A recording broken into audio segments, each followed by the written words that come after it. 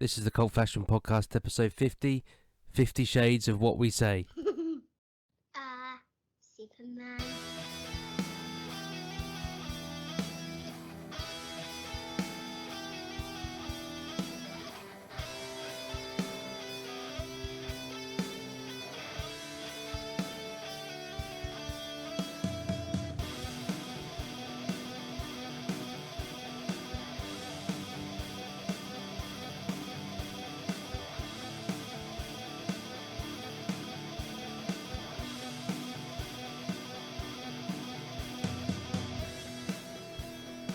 Hi, welcome to the Cult Fashion Podcast, episode 50, where I've already forgotten what we called it. 50 Shades of What We Say. 50 Shades of What We Say. Yes. I am your host, Damien Hicks, and as ever, I am joined by... Paul Hawkins. And Brett Summers. So there's 50 ways to leave your lover, there's 50 states, and an ant can lift its own body weight 50 times, or something like that. And now you can listen to 50 episodes. Is that like doing 50 press-ups? I don't know. I didn't think I wrote that down right. It's more like doing 50 years. Yeah, maybe it can lift its own... But no, what is it? It can lift 50 times its body weight. Yeah. Lift. Doesn't matter. Do you know? Either way, there's 50 episodes of this podcast. If you'd watched Ant-Man, you'd have known that. Would I, though? Would that have been my takeaway from watching Ant-Man? Many things. Yeah, I don't think so. We've done it. 50 episodes of the Cult Faction Podcast.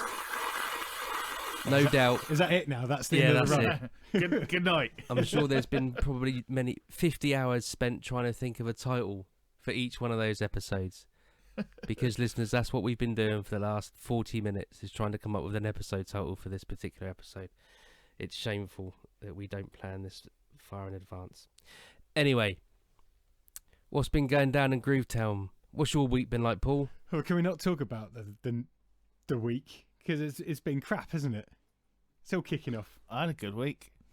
Oh, really? What, you haven't looked on the news or on Tinternet? I was thinking more on a personal level. Oh, okay, fine. Yeah.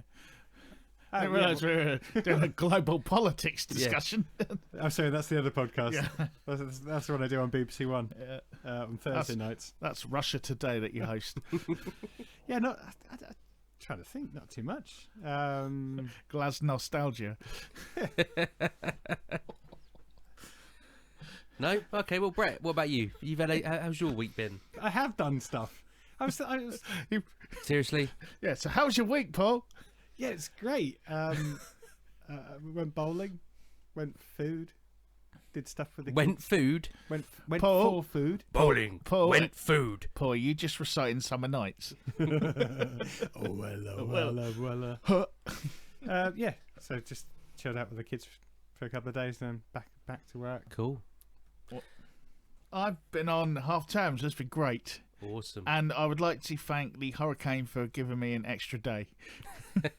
I'm sorry for all the mass destruction it caused, but I got to lay in. So swings and roundabouts, people. Well, that's the fun and bit over. Let's get on to the TV, shall we? No. Yeah, as long as it's not news. No news. No news. This is a news-free zone. Why does my mouse not work? Unless it's related to TV and film. Obviously. Yeah, obviously. So who wants to go first? I don't mind. Then you crack on, Mr. Summers. I had the half time to indulge. So all right. Anyway, I actually I was trying to find something to watch, 'cause I normally like to sort of buzz through something during half time, whatever. And I went back to Battlestar Galactica, the remake. I thought you were going to make a pun. I buzzed through and then go on to like a chainsaw. I could do I think that. the tumbleweed has just gone past it. Yeah. Well, it's like he's come up with another clever pun. Yeah. Well done. But he didn't. I told you they're not all. They're all subconscious. Well, that all one my wasn't puns because you are weren't going to talk about it then. Well, I wasn't. You've just totally, you've dragged it out and pulled it through, and now, I'm going to have to evacuate it. That's right, Dame's going to cut that out. I might do. Yeah, okay. I'm pressed for time this week, so we'll see. I'll just about read it. Yeah, so, I got back to the remake of Battlestar Galactica, because I watched it at the time, and then sort of this fell off was it 2003. Yeah, I early think it was. 2000s, wasn't it? I think? because I Dean watched it. Stockwell. No. Yeah, he does appear. Yeah, he does appear in it, doesn't he? Richard Hatch appears as well, the original Apollo. But yeah, because I watched it at the time and I kind of lost it as it went along because I started missing it, and then it was you do need to watch it in order, and it's holding up all right. It's looking good. Is she? It was, yeah. You can see where I enjoyed it, but you can see where corners were cut. Watching it back with how productions moved Doesn't on have a the little bit. production quality of some TV shows that we see nowadays. Yeah, and you can see that like some of those actors must have had great fun on sets that were probably like as big as a wardrobe, but they've had to do, and that's been like their bit for ages. Because where it's got such a big ensemble cast and people are doing different bits in different areas and stuff, but it still plays well. It's a good concept. I like the sort of Baltar arc of almost like, to quote David Bowie, the man who sold the world but didn't realise, and that all plays really well, and the paranoia's there. Yeah, it's okay. I can see why I stopped watching it though, and I'll see if I actually get to the end again this time. I was the same. I started watching it and then drifted off after a few episodes. To me, I think what it was. That's kind of why I had to ask when it was, because it almost felt like it was 90s, because I drifted away from it and it feels like it's so long ago that I even saw an episode. But because one of the, I kept going back as it was on. I duck back in and watch a couple, then miss it for a few weeks, and in the end, I think I did watch the last one in the end, but I won't spoil it. But so I'll sort of duck it. That'll probably be something I'll watch over the next year, just sort of ducking in and out of it as it goes along. But Space Beyond I still think did it better and took a few more risks, but it carries on the Galactica legacy well, and it was good to watch. But I've also, if you live in the UK and you've got the Roku app on your Sky TV, you can now watch all 7 seasons of the 80s television classic Hunter. Works for me. Starring Fred Dwyer.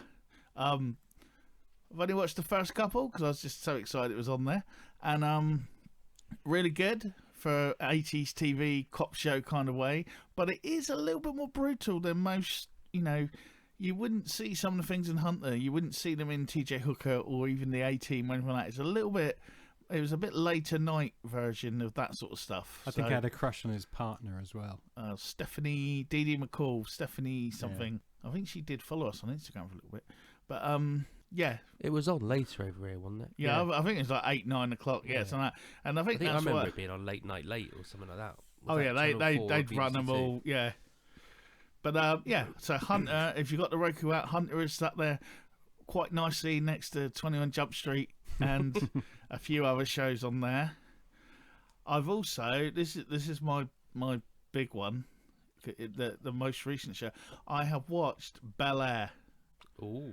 The Peacock remake, modern day contemporary remake of the Fresh Prince of Bel Air. So I have seen a few clips of this and trailers or whatever.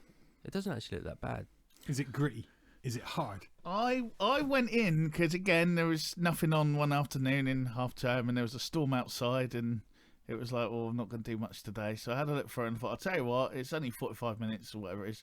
I'm going to watch it because it'll give me something to totally rag on the podcast and go on about what they've done. And 3 episodes later, I was still watching. And now it comes out every Friday, and I'm waiting for the next one. It actually is done really well. I genuinely do think it looks quite good.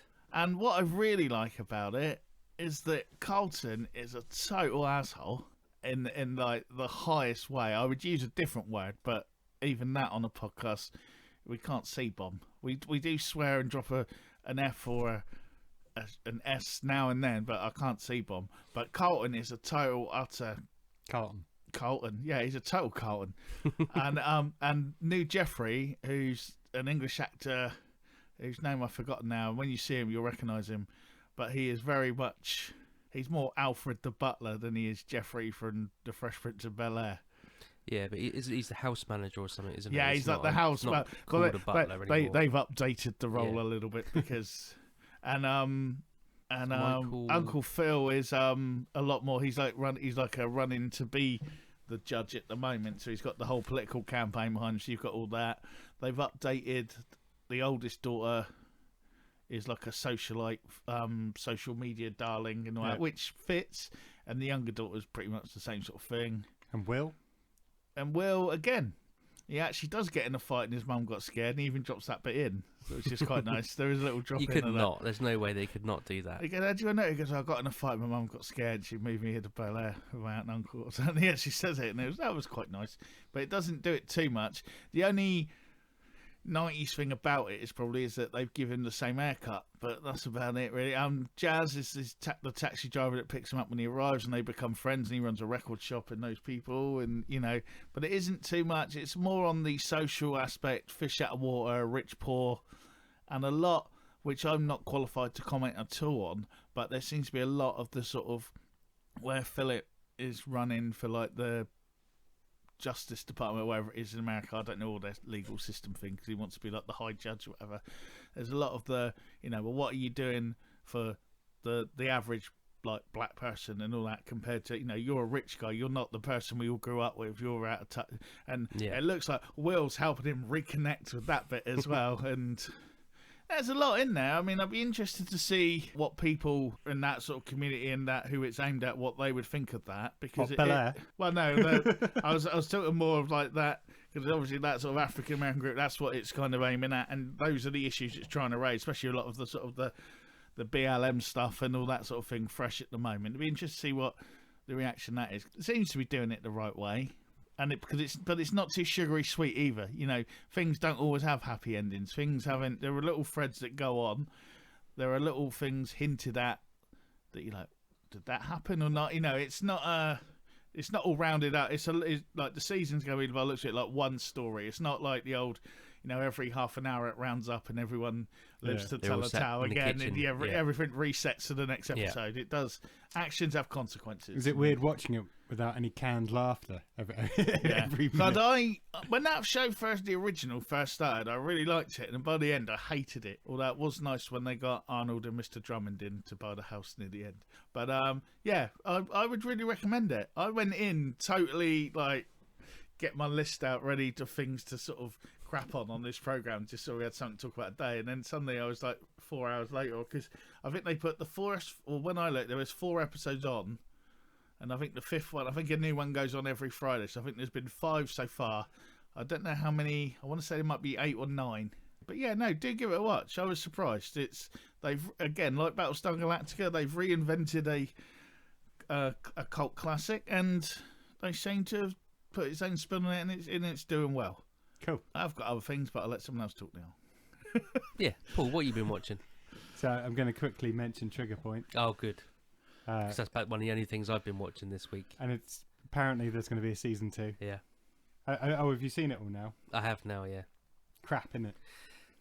I wouldn't go as far as to say... So, I would say the plot... It's a bunch of Colton. ...is crap. Performance-wise, they will do a good job. Nothing wrong with what they're doing. You were right about the old continuously taking their helmets off, and even she literally strolls up to a bomb in a t-shirt. Yeah, I mean that is just ridiculous, but it's style over content.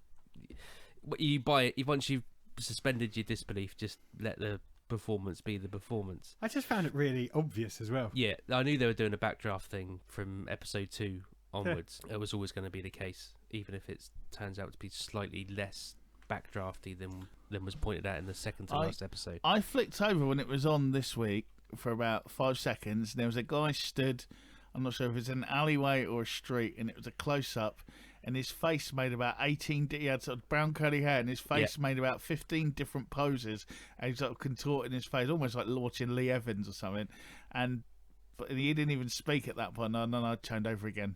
Yeah. Didn't miss much. No. That's all I've seen of it. That's all you need to see. It's rubbish. Don't do it. Don't waste your time. Yeah, so there was Trigger Point, which was my quick mention. Another quick mention is a film called 13 Minutes. It's on one of the streaming services. I can't remember whether it's Prime or Netflix. This is, I say stars. It's got the lead's Thora Birch. It's about a tornado. She's pretty famous. Yeah, but it's not a starring role. Oh, okay. Yeah, You were just saying it says star, like it sounded like you were dissing for about what she's done all right in her life. But carry on, sorry. No. No. It's gonna be one of those nights. No, yeah, but it's basically about a hurricane or a series of hurricanes that's on its way, and the town battening down the hatches and all the little relationships and how they struggle and all this kind of stuff. And when it says 13 minutes, there literally is about 13 minutes of action, I want to say, even though it's not real action. Avoid it at all costs. Fair enough. I did read a title card and thought, no, I'm not going to bother with that. Yeah, so so that was disappointing. Paul watches the crap so you don't have to. That's right. Yeah, feels like it. But I'll end my first bit on a surprising high. First bit, so I can hand over to someone else to talk, and then I'll come back with some of the other stuff I've been watching. Oh joy! But this kind of came out of nowhere for me. We literally just saw it on Amazon from out of the blue. Saw Isla Fisher. Oh, hello. On the. So you're about to take the only thing away that I've watched. For the same reason. And it was Now You See Me. It wasn't. No. Yeah, so it's Isla Fisher, Josh Gad. Yeah. In Wolf Like Me. Yeah. And we watched. Well, although I'm only 3 episodes in. Oh, we watched all 6 in a row. Did you? Yeah. You thought it was that good? No, there's just nothing else on. What was funny is I went, all right, it's Isla Fisher. I was like, yeah, we'll watch that else. So. I love Isla Fisher. It's got a wolf in it. They might wear tops though. I don't know.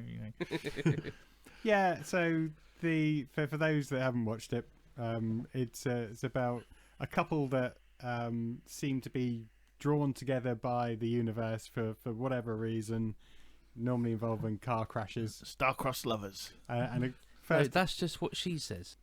Well, if you as far as the 3 episodes that I've got, she just says they're drawn together by the universe. Well, no, it just keeps happening. Well, yeah.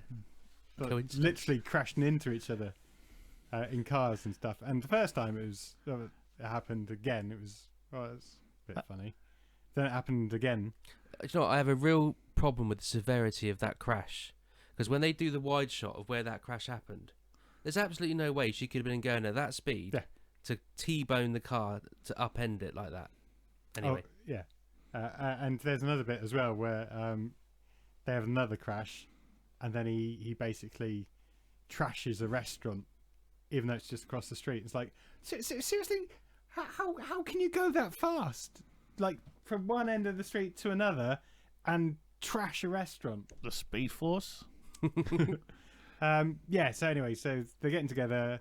It's not a real shock when it turns out that Isla Fisher is a werewolf. Well, I think the clue's in the title, wasn't it? Yeah, but yeah, that's what I'm saying. It's not a spoiler. Is it the first episode where she just legs it down Yeah. the street to get home because she realises it's 6 o'clock and locks herself in a Dungeon type thing? Yeah. But yeah, there's not much else on that night. Got through all 6 of them. She's a bit like Paul Rudd, though, isn't she? I think they're like immortals or something, because they don't seem to age. No, you're right. It's because she's a werewolf. we now know why. It kind of feels, as I was watching it, were they just stuck in Australia at the same time, and they were trying to make the best of a bad situation. Lockdown. And it was like, why don't we make a series about a werewolf? You can be the werewolf. I can be a straight dad who's lost his wife. We can get together. And you're thinking, there's no way Isla Fisher would get together with Josh Gad in this. This is where your problem really lies. No, it is. It is. Yeah. I am far cooler than him. No disrespect to Josh Gad, but no way. What would you see in multi-millionaire film star Josh Gad? Isla Fisher doesn't need his money. Yeah, she's got Ali G money. Yeah. Ali Moni. That's quite funny for you. So that really bugged me for most of it. It's not brilliant. The special effects are okay-ish when eventually you see a bit of blood and gore and werewolf effects. the one thing that really ticked me off. Hang on, if this is about the ending, I don't want to hear it. I'm not going to give too much away. Does she go to a cinema in Leicester Square? But basically, in the end, there's a scene with a couple of characters, or maybe some of those. He's going to tell you the end. He is, isn't he? He is. There's no way he can not do it. He can't. He has to get his point across. He's not going to go. Okay, I'll just stop there. No, he's got to get his point across. And they may or may not the die. next 4 remaining episodes that I've got. They may or may not die. All I'm saying is, there may be 2 people in the room and a at silver the bullet. The end sequence. They have to make a choice whether to become a werewolf or not. Werewolf. You know, I am now so self-conscious of saying the word. I get it wrong. Anyway, the last. No, there is no anyway. You can stop there. It's not going to ruin anything. No, but it is though, isn't it? You don't know who it is. It doesn't matter who. No. All right, watch the final scene and just tell me what a load of dross. I fully expect it to be a load of dross, but I would like to get there in my own time. Okay. To be fair, you're like my mum who doesn't give reveals out on TV shows, and then like sometimes she goes, "She won't be smiling in a minute." And you're like, so is she the killer? I'm not saying. Well, yeah. Like, anyway, it wouldn't have given away anything else apart from that one scene. Apart from the ending of the very last scene of the last episode. But it just goes on and on. That doesn't give anything away. And that was it's just they really drag it out. That was Wolf Like Me. Werewolf like me. Yeah. Wolf like me. On Netflix? No, Amazon Prime. Amazon Prime. Okie dokie. Yeah. So it's not great, and as I said, I think maybe they were just stuck in Australia together. Fair enough. Well, that was the only thing that I've managed to watch this week, because I think it must be this time last week my TV broke. So, What? I know. Luckily, there's Was one it? in here. There's the old one. I was going to say, how you... You have Yeah, a we've phone. got like 5 TVs in the house, but the new one, the screen's gone on it, so it's being repaired as we speak. Was it the storm? No, it's just trying to screen make it gone. dramatic. Yeah. no, you can't make it dramatic. It's not even a year old. But annoyingly, that we one of the sole purposes for getting a new TV, because to be fair, there's nothing wrong with the old one, was it didn't play Disney Plus. The apps, yeah. And now I can't watch Disney Plus again for however long. Yeah, you can. Yeah. Just get it on. Just get the app. Oh yeah, should we squeeze together on the sofa and watch Disney Plus no, on but my? You can screen share. Not to a first generation smart TV. You can't. You can get a little cable then. Jesus. Oh yeah, I'm gonna fuck about getting a cable for what could potentially be a week. God damn. Jesus. Well, there's a will, Damien. Well, there is no will. Carlton. So, if you have a spare cable, we're I taking don't want a donations. cable. I don't care. I can live without Disney Plus for the week or so it takes to John Lewis to fix the TV. It's not a problem. There you go, John Lewis, John if you're Lewis, listening. yeah. There you go. 10% off, please. 5-year guarantee and all that. Okay. So Brett, what else have you been watching? I've been going back over, just because it's awesome, What We Do in the Shadows and Community, because I think they're the sort of shows that just need revisiting every so often because they're amazing. And again, stand that What We Do in the Shadows. It really sounded like you were waiting for a reaction. Well, I was waiting for someone to go. Yeah, I'm not a fan of What We Do in the Shadows. It's just too stupid for my liking. I like stupid. It's not on the level of like Mighty Boosh stupid. No, it's not. But I just like comedy when it's played straight and they don't. And I know it's a stupid scenario in the first place. I haven't seen it. I haven't seen the film. Film's all right, actually. I haven't seen the Film's pretty good. series. But Watch it, you'll really like it. If Well, you I don't know. like, if David you, says it won't. if you like stuff that's funny, you'll like it. If you're like Victorian vampires didn't have those kind of buttons. I've read it in the 14 times. But the one thing I did watch, which was amazing, was the finale of Peacemaker. Oh, you went over to the States again? Yeah, by chance, the storm done something to my skybox, and okay. and it appeared like as if by magic, like a shopkeeper, and I won't reveal anything. It's probably all over YouTube, and you can find it anywhere. But there is a scene right near the end which I never in a million years thought they would ever do in DC, let alone in a TV show of DC, and it's left people up in arms There is a big, because there are those that think it's amazing, and there are those that are going, Zack Snyder wouldn't have done that. So yeah, It's got season 2, hasn't it? Yeah. So but there is like it's. Can I tell? Can we have a spoiler bell? no. No, because you want to watch. Sorry. Well, yeah, and it's not out in the UK, so that there are spoilers. And I'm sorry, I watched it when I was on holiday and yeah, my I know, but TV there's went spoilers, magic. and then there's spoilers, isn't there? So Yeah, fair point. give people a chance to actually watch it. Okay, yeah, but Definitely one of those nights. But stick with it to the last episode, because like James Gunn does like. I don't think there's any reason you wouldn't stick to it. I mean, drop I've a only bomb. seen the first 10 minutes of the first episode, and it's really good. So Yeah, there's no reason why. But you he wouldn't. drops a massive chowder head bomb at the end, and it is like, yeah. I just honestly, I didn't think it would even be in the TV show how they did it, and it was just like, even my jaw hit the floor a little bit again. They just done that, and they said that, and yeah. I'll tell you later on. Yeah. Well, so I also Sci-Fi had a film on called Robot Apocalypse. Mm-hmm. Ooh. That sounds like it's right up my street. Apocalypse. I thought the same thing. Ah. It's made by the same people who did Sharknado, and it starred UFC fighter Tito Ortiz, or UFC Hall of Famer Tito Ortiz, who has done an interview with us at cultfaction.com that you can go and read about some of his other films, not this one. And but I didn't even get to the bit where he turned out. I lasted 8 minutes and turned it off. Ah. It played like the effects in that are okay for those sorts of films. You know, it's TV standard, probably. You know, it looks kind of good for what it is, but it was almost like it was just a modern version of, say, like the 1993 Power Rangers. You know, like that kind of. You can see they've got like one set and a bit of acting around it. Yeah. Not a fault, not saying on Power Rangers, but that kind of, there's just supposed to be like a big budget movie or something. But it looked like sort of the TV show of, I don't know. The acting just wasn't. And then they had to go and see some scientist woman who's got like, you know, she looked the part and she had a lot of flowing hair. And then it turned out the bold scientist plays Charles Xavier in X-Men fan TV series and stuff like that. And it was just like, it looked like some film students made it over a weekend, Ah.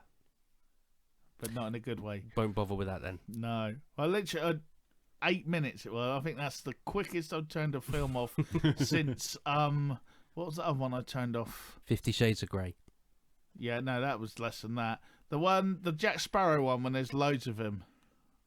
Pirates of the Caribbean. Yeah, there was one. I know the one where they're in Dead Man's. that Yeah. I think that was about 12 minutes.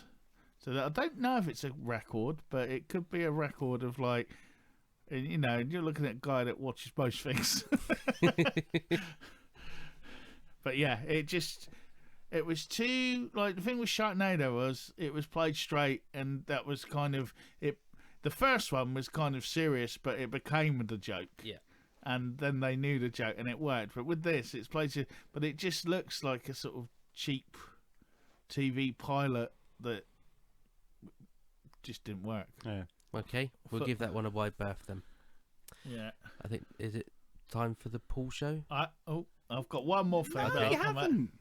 Back to me. Okay, no, I'm Damien just said saying. no. Damien said I it. said it's time, but I said all I've got left is one more thing. So Let's have you one more thing. Do your Well, no, you Columbo. can do Paul bits. No, do your Columbo, and then we'll go over to the pool show for the next 45 minutes. the rest of my half term was taken up with the newly released Horizon Forbidden West, which I have now completed, mate, on the storyline mode. Very good, excellent sequel.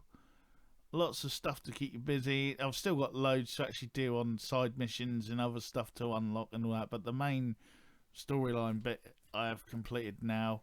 Highly recommended. If you want to save a few quid, you could do what I did with Horizon Zero Dawn and wait 5 years and then get the complete edition for £6 on the PlayStation Store. Or get the new one as it's come out now. Apparently, it does look like there's lots more for expansion and stuff, and to build on it as it goes along, because, you know, no one releases a complete game anymore. But yeah, really good. Much worth playing. I've already got it on PS4. Apparently on PS5 it's even better. Yeah, I'm waiting till I get a PS5 so I can get that. Because I don't think the PS4 we've got at the moment can actually cope with it. But if you buy the PS4, the disc version, it's PS5 upgradable. Yeah, but that's what I'm saying. I don't think our PS4 could actually survive it. It's already whirring like a Carlton. But but yeah, really good game, and right up my street. And yeah, it should be a TV show or something, or a film, because it's that good a story. Cool. Over to you, Paul. So a few things. I'll briefly talk about something on. I think it's Netflix. I want to say Netflix, could be the other one, and that's Inventing Anna. I only started watching that because it was one of the top. What to watch. And it's been talked about on every news channel. Oh, is it? Every BBC breakfast item they could do. Yeah. Really? Yeah. Oh, I don't know why. I mean, it's okay. Well, it's true crime, isn't it? Based on true crime. Apart from the bits that are made up, which it says at the start of every episode, which is actually quite funny. So it's made by the same crew that made Grey's Anatomy. Interestingly enough, it stars Anna Chlumsky, who was in My Girl when she was a kid. Oh, yeah. Now she's all grown up. And she's still scared of bees. And she plays a reporter who's basically trying to get to the truth about this lady called Anna Delvey that's basically ripped off a lot of the businesses and socialites and all this kind of good stuff. By basically saying she's a daughter of a rich oligarch, but is she lying? And it's all right. It's okay. It feels like it's made by the producers of Grey's Anatomy. It's got that kind of feel to it, but yeah, it's all right. It kills some time with nothing else on. The thing that gets me is Julia Garner, who plays Anna Delvey. Her accent is really annoying, and it's probably intentionally so, because she's trying to play this Russian heiress, wannabe. But oh my god, it's so great. Does she sound like the one from Rocky and Bullwinkle? No, there's not. No, it's slightly different, slightly modern. But as I said, if you need to watch it with your other half, maybe, then it's okay. Also watch, well, not with my other half, but on my own, because she wouldn't have been interested, was the Texas Chainsaw Massacre. Oh, I watched that as well. I know you did. Yeah, I reviewed it on Colfaction.com. Yeah, so so the latest re-envisioning of the Texas Chainsaw Massacre. That's it. That is exactly it. Yeah, they hired two people that can act, or three people that can act. One of them got killed off pretty early. Yeah, and then the rest of it was like, and you just kind of think, a bit of a shame. Why do you do that? Because production quality wise, great. And they had quite a nice thing for the story, because it called back to it was the original Survivor girl from the 1970s one, although recast now because the actress whose name escapes me now. It's in the review if you read it on Colfaction.com, has passed away since then. But it had a nice thread through it, like to ignore all the other ones. Yeah, it's just a bit waste of time, unfortunately, because again, it's one of those seminal horror films from 40 something years ago. Yeah. But yeah, that was an hour and a half I'll never get back. Oh no, well I don't think it was that bad. Yeah. So I gave it about a 5, I think. But it's if there's nothing else on, it's worth a watch. The only thing I didn't mind actually was the ending, because that was okay. Yeah, that's quite cool. Good old Tesla. Yeah, a car that saves the day. Not quite as cool as Kit. The other surprise was a film called Kimmy. So we bought this one, or rented it, bought it, whatever the new thing is now. I can't remember how much it was, but where it's at the cinema, but you can watch it, or a new release. And this stars Zoe Kravitz, So Kimmy is basically a version of Siri or Alexa. The difference with this is it has humans that listen to what people are requesting to try and improve the performance. So if someone's got a weird slang or accent that Kimmy can't work out, it's got someone in the background that fixes the code so that Kimmy can improve. But lo and behold, the person that's doing the listening, Zoe Kravitz, hears something amiss. Somebody who may be being murdered or tortured. So she has to track down. Didn't Nicole Kidman have the same problem once? No, what's when she translated stuff and she heard something? This is for the new modern era. Yeah. So she basically has to find out who it was, even though you're not supposed to be able to break this and all this kind of stuff. But it turns out that the person that maybe had the woman killed is someone quite important, and lo and behold, they go out to track her down and stop her before she goes to the FBI. It's alright. Bizarrely enough, the one thing that really annoyed me about this film has nothing to do with the film. It is Zoe Kravitz, the character she plays, is agoraphobic, and all the while I was just there going agoraphobic because we watched a trailer months and months ago where someone was agoraphobic, but they kept saying agoraphobic, and for whatever reason that just stuck in my head. But I think give it a watch. It's again slightly different compared to a lot. Zoe Kravitz is sort of on the rise again now because she kind of had a big bit, then she sort of went quiet for a little while, and then she's but back again. Yeah, she does a good performance in this, and one that I'd never heard of or seen of before. Only watched it because I saw Jason Segel was in it, and this is a film called Our Friend, which is based on a true story. I'm not going to talk about it too much because it's not really cult faction film, but basically Jason Segel is a friend. That really doesn't normally stop you. Yeah. I just give a quick one because I like Jason Segel because I've been watching How I Met Your Mother so much. Jason Segel, Casey Affleck, Dakota Johnson. Dakota Johnson's dying of cancer, and it's just a story about them being friends and Jason Segel basically moving in with them for the best part of 8 months while she unfortunately comes to the end of her life. But it's really interesting, great performances by all of them, and the fact that it's based on a true story, I think it just adds a bit to it. So yeah, if you I was gonna say, not if you're wanting to something to cheer you up, but if you're looking for something again slightly different to the other stuff. And finally, Forever Purge. I decided to go there, and wish I didn't.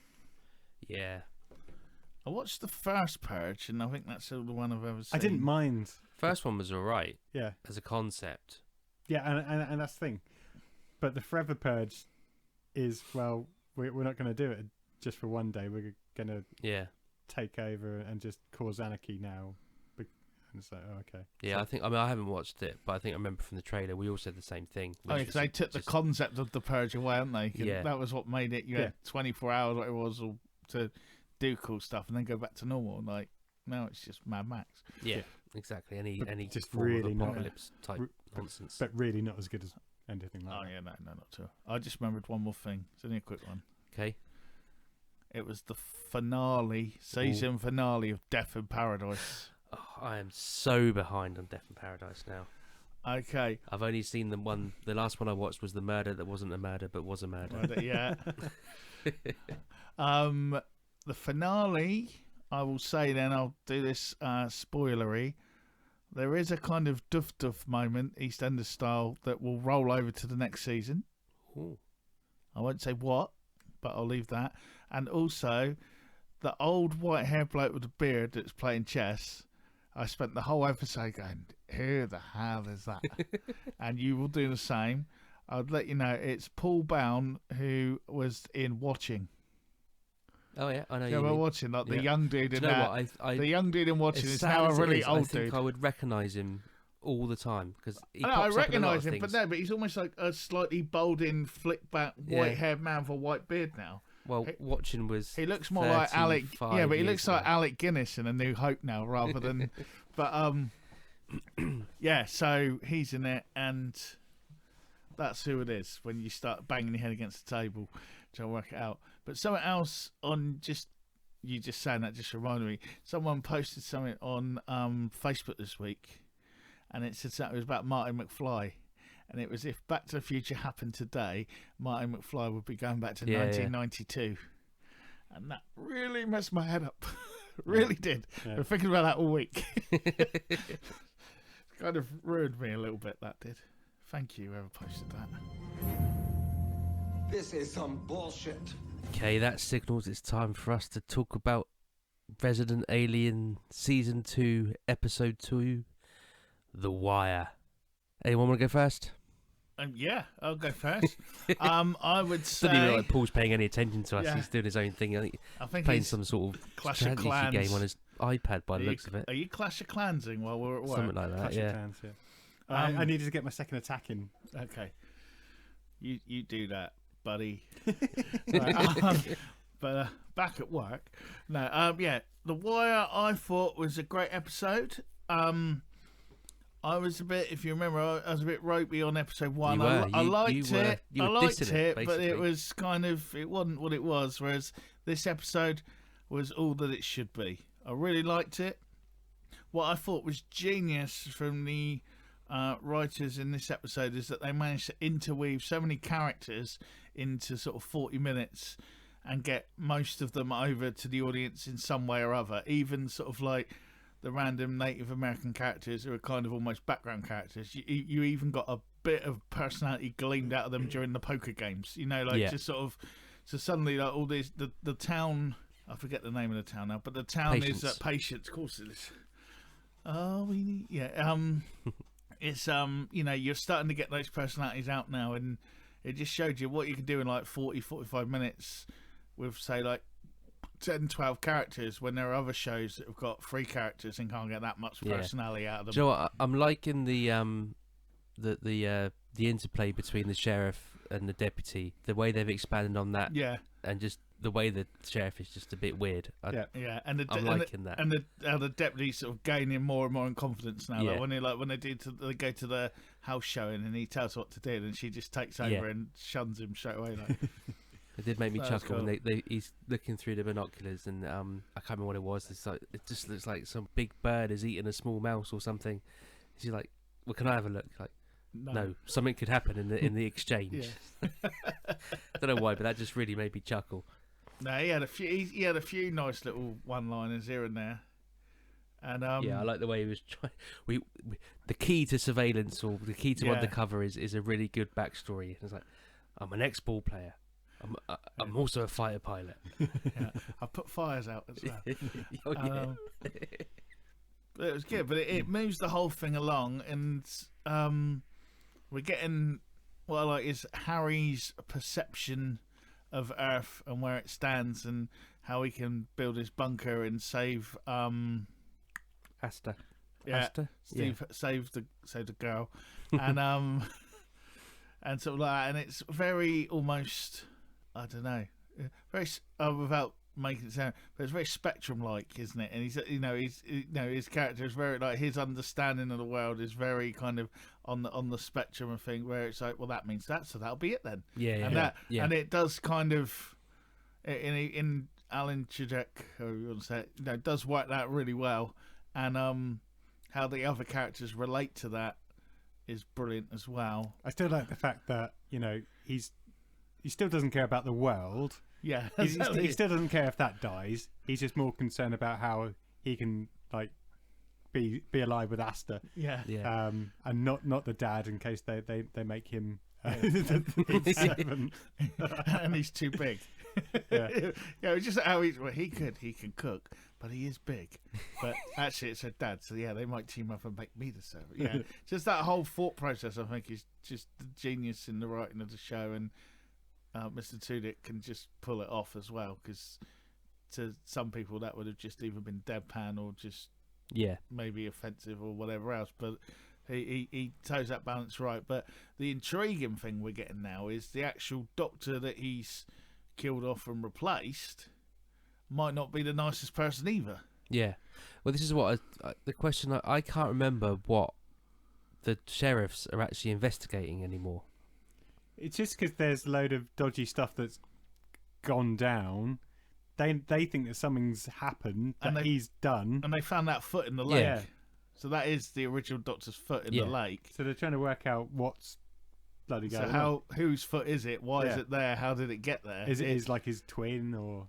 Yeah, but what I can't remember is what's pointed them in the direction of being basically surveilling Harry. That's what I can't remember. Still been, I don't think it's important. Nah, but what it was, they was that foot was found in the lake by his house. They've been doing that, and then I think gradually, like different things have led back to the house. Like now that then they realised the doors had been replaced. So they're like, could that have been a fight that led to that? And somehow it's all through coincidences and farcical elements, it's ended up kind of back at him.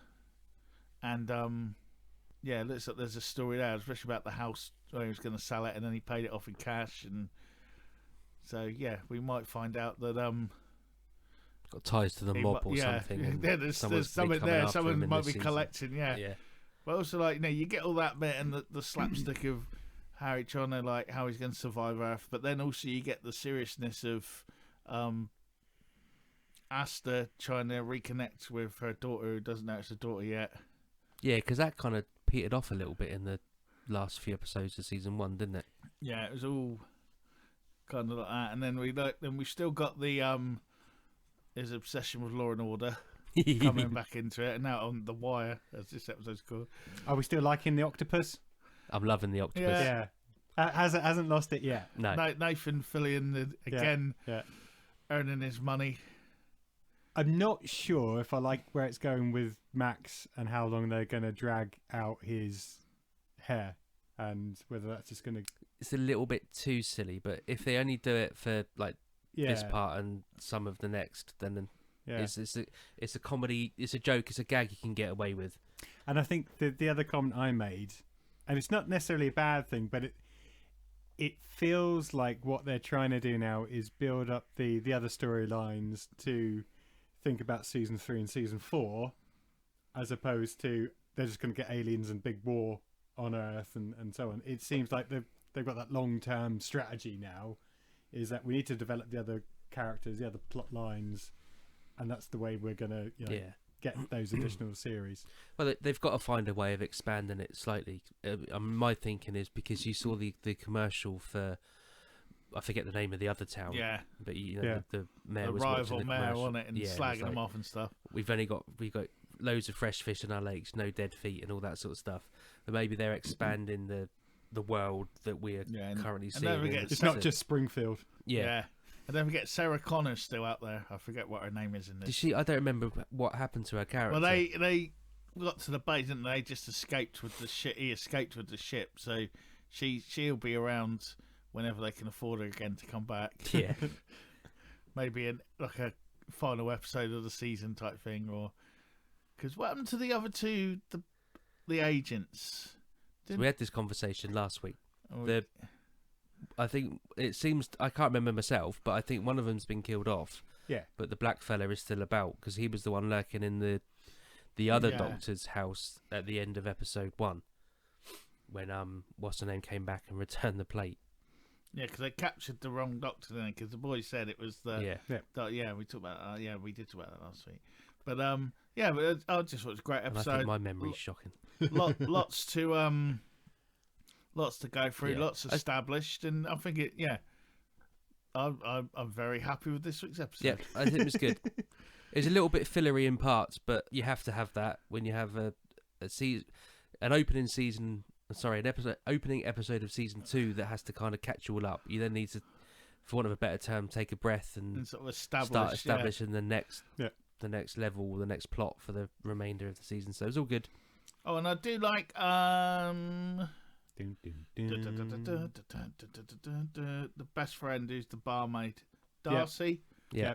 Alice Wetterland as Darcy. I think, despite the fact no one noticing her hair's gone jet red in this episode, it's really darkened it up, and it was like no one noticed. But I don't know. She's becoming almost like the town centre point for most characters now. I don't know if it's because she's the barman or bar person. Sorry. you know, whatever, bartender. But she's the one person that seems to have the connection with everyone. Like the mayor, because they used to go out and they snuck the other week. Then she's best mates with Astra. She's dated Harry. The cops go in there and have a drink with her. You know, and it's just kind of, I don't know, just. Yeah, I think like she's going to see something or spot something or something's going to happen to her that brings all of those threads together. Yep. But very good. Very cool. Good. There we go then. That's our review of season 2, episode 2, The Wire. Not The Wire TV show. The episode was called The Wire. No shit. Of Resident Alien. Alien. What are you thinking of Resident Alien so far? Let us know. Contact us. Social media, email, whatever. News desk. The news. News items. This is the news we've all been waiting for. We just didn't know it. Father Brown's spin-off Sister Boniface is coming to UK TV drama this March. Yep, Sister Boniface first appeared on screens in the Father Brown episode The Bride of Christ back in 2013, and her spin-off show will be set in 1960s rural England and follows the investigations of Sister Boniface of St Vincent's Convent.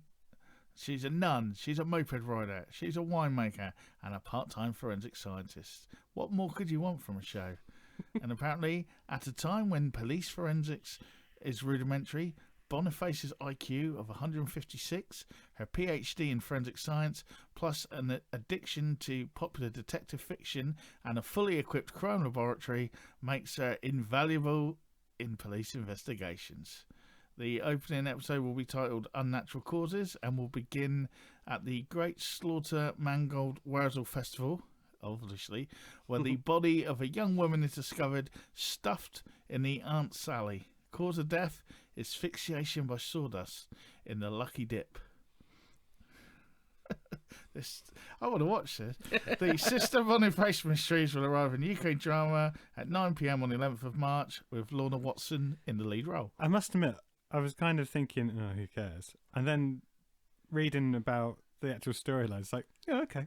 Did neither of you watch Father Brown? No. Not really. You should do. It's Is that the daytime camp. It's the dude from Fast Show, isn't it? Yeah. We want to be together. If you're that old, you know exactly what I mean by that. If you don't, then you're too young. Yeah, you should watch Father Brown. No. No, you should. I've watched a couple during like school holidays because it used to be on about in the afternoon. Yeah, it's I've had it on BBC my 2:00-ish. The problem I have is the same crime drama. Same problem. And I use with drama in inverted commas. Doc Martin, because I really want to watch all that. Actually, maybe what's stopping you? Yeah. Well, there we go. That's our next box set. Yeah, I'm sure it's on BritBox. Oh, probably is, isn't it? Bastards. But yeah, Father Brown. It doesn't set the world alight. It's campus butlins. It's predictable. The weird thing about this is its time slot. It's 9 p.m. So if you think Father Brown is, like I say, 2:00 in the afternoon, have they done? What did they did something years ago where it was a real camp daytime TV show, but the spin-off was something else. Hollyoaks. That did pop into my head, but it's not that. But they did something similar. Baywatch. Oh no, it did the opposite. When Heartbeat started back in like early 90s, it was supposed to be like this hard-hitting drama set in the 60s. Didn't last long, did it? No, it didn't exactly. And then it dropped from being that to this, kind of cliched 1960s idyll of rural life. And it looks like they might be doing the opposite with this. Nick Berry ran out of songs. Yeah. Well, that barmaid that always every year tried to release a pop song and it never happened for her. She always tried every year. Like we had to pretend we didn't see her on like This Morning last year doing the same thing. Wonder if she ever tried to do Eurovision. Wouldn't be surprised. It's a good year to try this year. A few people not in it. But I definitely might watch this. If they're going for really weird, surreal deaths that you got to try and work out, I mean, that's what drew me to the island of San Marie to start with. Well, I mean, that's Father Brown. I mean, these are weird, surreal deaths that the police can't work out. A parochial vicar in a small village in 1950s England is the one that has to figure it out. So, I can't see this being any different. I see what you're saying. Who was Tom Bosley? He was a vicar as well, wasn't he? That solved crimes. Yeah. I'm just trying to Father put- Dowling Mysteries. Father Dowling, that was it. I know all my crime Yeah. dramas. for a split second there, I thought you were genuinely asking like Who Tom Bosley who he is. was. Yeah, I was like, that's why there was a hesitation. It's like, I know. are you really asking who I know he is? Tom Bosley was. Yeah, I know exactly. I lost all my money in a card game once, and he went and won it back for me. In other news, Child's Play creator Don Mancini has confirmed that season 2 of the Sci-Fi Stroke USA Network Killer Doll series Chucky will arrive later this year. Yep, Chucky creator Don Mancini has confirmed that season 2 of the Killer Doll series will be coming this year. Season 1 premiered in October 2021, and it followed Jake Wheeler, who discovers a vintage Chucky doll at a garage sale and soon learns the doll contains the spirit of the serial killer Charles Lee Ray, everyone's favourite voodoo serial killer, who then goes on a killing spree, sowing chaos throughout his family and his school and the entire neighbourhood. The series was renewed for season 2 in November the same year, one day before the season finale even aired. It was a great series, and I am a massive fan of the Child's Play franchise, and I've ranted about it before, but it's got to be the only horror franchise that hasn't tried to reboot or rejig itself or change anything of its past. Whatever corner he writes himself into, he writes himself out of. You really liked the first series as well, didn't you? Yeah, it's good. It done what it done. I mean, It's on my stack of things to watch. It had its 90210 elements to it, which slowed it down a little bit for me. But I get that because it's a network TV series, and you've got to play to that audience. You know, you've got to accept those things nowadays. And again, what they were, the students are all cliche in their own way, but again, it's network TV. Yeah, let's go with it. But Chucky, it's still Charles Lee Ray Chucky is still the same Charles Lee Ray Chucky from the Child's Play movie that we watched in 1988, where the poor lady that saved the whales from Star Trek bought a doll from the alleyway and just began the whole thing. And Andy Barclay, who may or may not appear in the series, is still the same guy who was that kid all those years ago. Yeah. You know what I mean? They really do. I don't know what Mancini does, but he manages to bring all the people who are still interested in coming back or doing it to him for a favour, almost. You know, he's kept that thing going. I think that's why it works all the time. They haven't got to go, we can't get them now, we need to revote it, or let's forget that film happened. I mean, Yeah. like I said before, Jamie Lee Curtis has been killed by Michael Myers about 50 bloody times now. And then every time they go, that movie didn't count, this one does. Whereas, Child's Play's never done that. Even the great Sir Frederick Krueger, there's been a few little bits in there where the rules have changed about him and how you kill him, and the original concept of grabbing hold of him and waking up, bringing him out the dream got forgotten as it went along, and different things happened, and eventually he died by nursery rhyme Hansel and Gretel style. But this one, Mancini keeps it real with Charles Lee Ray, and also even keeps in the same, like the characters and the references and the backstory. He must have like a Bible where he'll go to and go, on that day he was doing that, and it's referenced all the way through. Yeah, it's just really good writing, and it just shows you what you can do if you actually care about your product and don't just try and knock something out in an hour. I thought you'd diss in the podcast then. It's like a lot of work and effort goes into this. It's over. It's more than an hour. And what's it on? Sci-Fi. Sci-fi. So if I could go and watch that series 1 now. I believe it would be on their app, but Sci-Fi have a horrible habit of taking things off. You might have like the last 3 episodes or something like that. Right, okay. But I'm sure it's around. Okay, next up, an Outlander prequel show is in development on Stars. For an unfathomable reason to us here at Cult Faction Studios, Outlander remains one of Starplay's most popular shows, and in order to squeeze every last drop out of this cash cow, it has been announced that a prequel is in the works. There is currently little information or where or when the show will be set, but source material author Diana Gabaldon has previously released a prequel novella set in the Outlander universe, which follows a younger and deeply mourning Jamie Fraser running with a crew of mercenaries in the French countryside in the 1740s. Ooh. By running with a crew of mercenaries, does that mean she was being filled out like an application form? Well, anyway, she is also in the process of writing a novel based on Jamie's parents, so the possibilities are timeless. See what you did there? Uh-huh. But who's Jamie then? He's the lead character in it, the Scottish dude. I did watch the first season of this because it had a bit of time travel Isn't it about a girl that goes back to them, though? Yeah, she goes back, meets Jamie. Oh, shags Jamie a the lot. dude. That ruins my bit. I said earlier. I didn't even know about that. I didn't know their names. I just know it's a girl and a bloke. Yeah. But that's what I mean. Is it not all about time travelling? So... No. Oh, right. No, that's why I drifted away from it, because she goes back in time and pretty much stays there. So, you know, there's a few bits. I think I've seen 2 seasons of it, but there's very little actual time travel, and I don't think they ever, well, for any of what I saw, they never really solved or explain why she's managed to go back in time. There's some standing stones.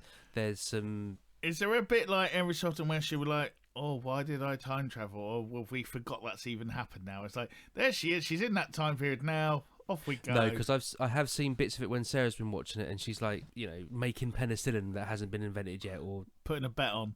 yeah, none of that. I mean, that's the first thing you do, isn't it? Or like just find some like a gold watch or something, and then just bury it so that you can go back and forward in time and dig it up. Anyway, so it's basically like an old-fashioned drama now because there's no time travelling. not that I'm aware of, but like I say, Yeah, but 2 and if it's a younger seasons. version of him, Why is that such a problem for you? because He's not the time traveler anyway. No, so, no, but I thought that was the whole thing about it. No, it's not. That's the point. It yeah, isn't. I know. Oh, well, I know that now. I've certainly I had no interest before because of how it was criticised. Certainly got no interest now. It's just a ye olde drama, isn't it? Yeah. Right, done. Yeah. All right. Go back to news, shall we? I don't know Are what I'm you- getting have so you calmed wound down? up. No, that's- It just winds me up. All I don't know remember why. is, I've never seen it apart from the trailers. I just always remember the bit on Family Guy, and it goes, Outlander's on. He goes, is that one about the girl who goes back in time to get eaten out?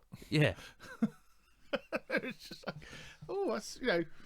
But I But thought then I thought that was Crap. the thing. It was like a quantum leap, No. aka No, Goodnight Sweetheart type thing. No.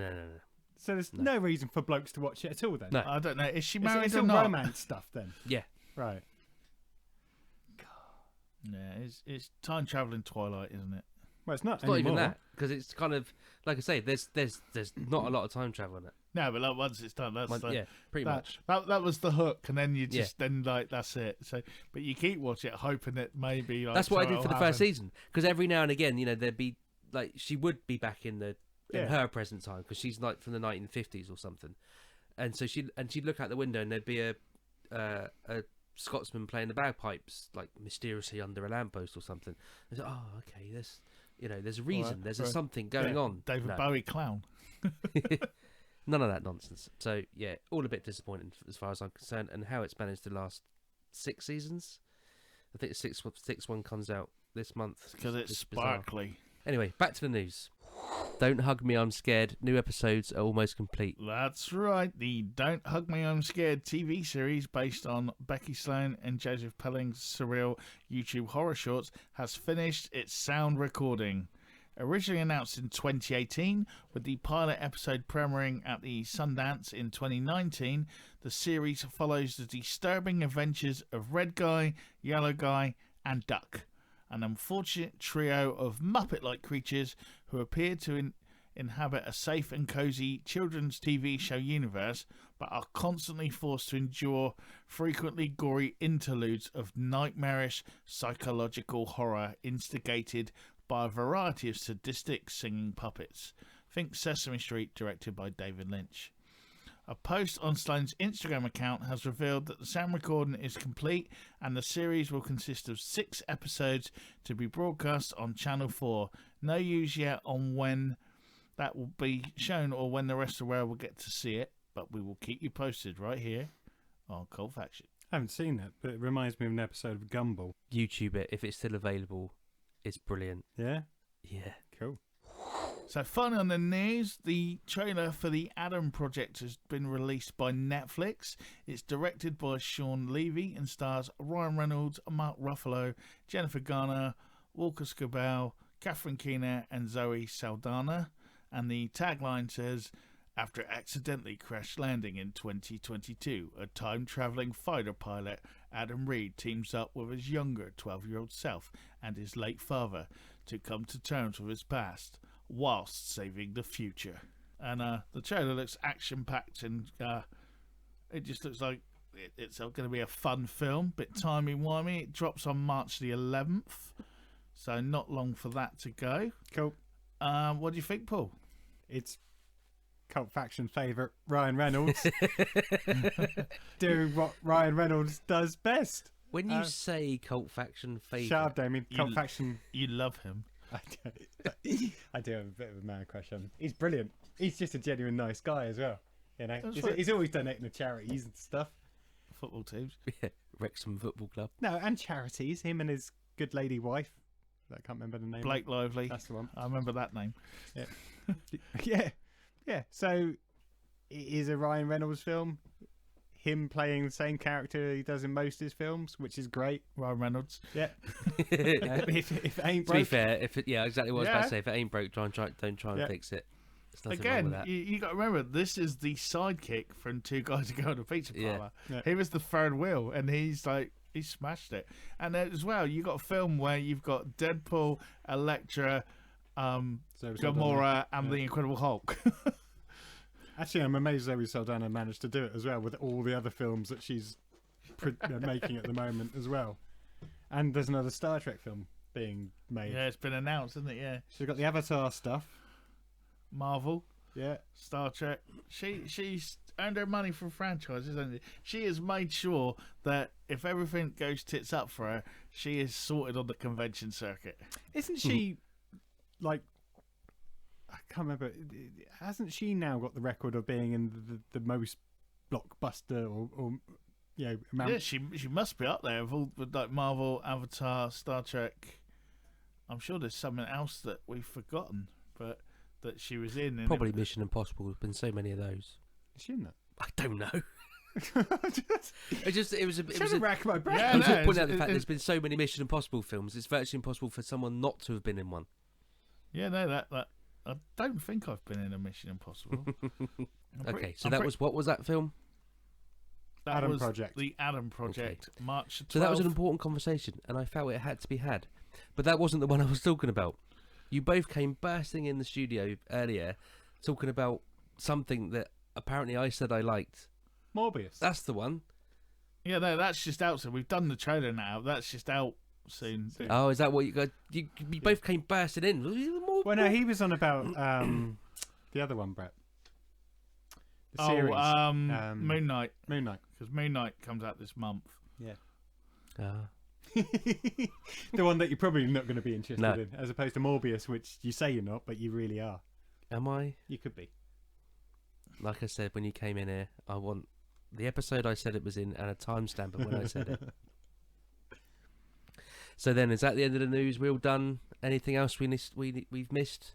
Have you remembered something you've watched this week, Brett, that you feel compelled to talk about? I'll remember it on the way home. Okay, then that is us for tonight. There's literally nothing left to say. I've just checked and triple checked and double checked with the pair of you. There's nothing left to say. So please don't forget to rate and review us on your preferred podcast app. It all helps. There's no episode next week, but if you need your Cult Faction fix, you can find us on TikTok, Facebook, and all the other socials. So it's good night from me. Good night from me. And farewell from me. And beyond. Paranoid much? Okay, I didn't realise I was waiting for the tickly-tockly one. Bollocks. All right, I won't. No, you're not getting the point of the fucking conversation. I gotcha.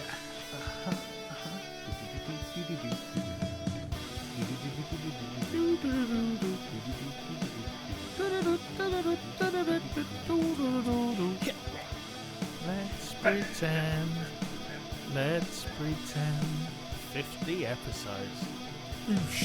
Golden Golden years. Fucking Putin. Does that smell you farting? Yeah, Yeah, okay. yeah. That is me. They're good ones tonight. Don't know why. I've not had anything. Oh, I had garlic Kiev. I don't know if that. Garlic Kiev? Thought I'd show a bit of solidarity.